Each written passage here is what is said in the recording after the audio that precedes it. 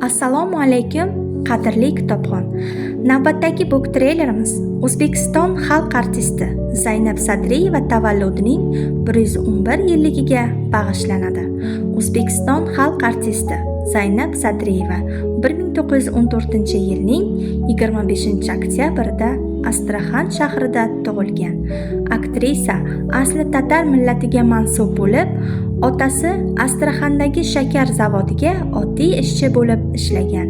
1916-yil aktrisa 4 yoshda Astraxandagi shakar zavodi Toshkentga ko'chirilishi sababli otasi va oila a'zolari bilan Yangi yo'lning Qovunchi qishlog'iga ko'chib kelgan.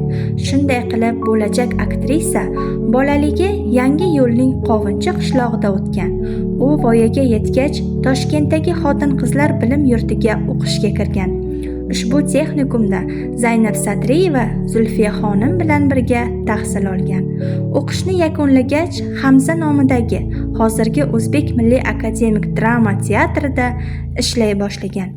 Zaynab Sadriyeva teatr va kinodagi faoliyati davomida o'nlab turli ko'rinish va xarakterdagi qahramonlar obrazini gavdalantirgan.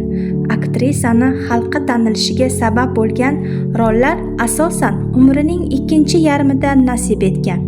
U teatr sahnasida Farmon bibi, kinoda esa Anzirat kampir obrazi bilan tomoshabinlar olqishi va mehriga sazovor bo'lgan.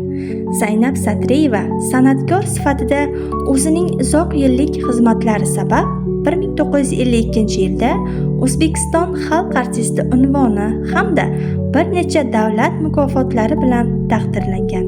Aktrisaning shaxsiy hayotiga to'xtaladigan bo'lsak, teatrga u ishlab yurgan paytlari aktyor Obid Hasanov bilan tanishgan va keyinchalik aktyorga turmushga chiqqan.